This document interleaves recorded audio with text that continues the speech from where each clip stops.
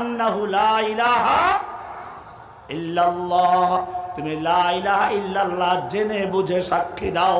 লা ইলাহার মানে হচ্ছে নেই কোনো ইলাহ, নেই কোনো এমন ক্ষমতার মালিক যে ক্ষমতার মালিক সমস্ত আনুগত্য পাওয়ার উপযুক্ত। সমস্ত ক্ষমতার মালিক কে? লা ইলাহা, কোনো ক্ষমতার মালিক নাই।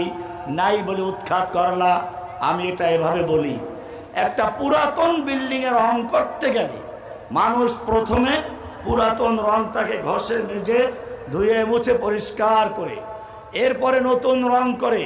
ঠিক তেমনি ভাবে লা ইলাহা বলে তোমার অন্তরের দেয়াল থেকে সমস্ত গায়রুল্লাহর ক্ষমতাকে উৎখাত করে, মানুষের ক্ষমতাকে উৎখাত করে, শাসকের ক্ষমতা উৎখাত করে একমাত্র একজনকে ক্ষমতার মালিক বানাচ্ছ, তার নাম কি?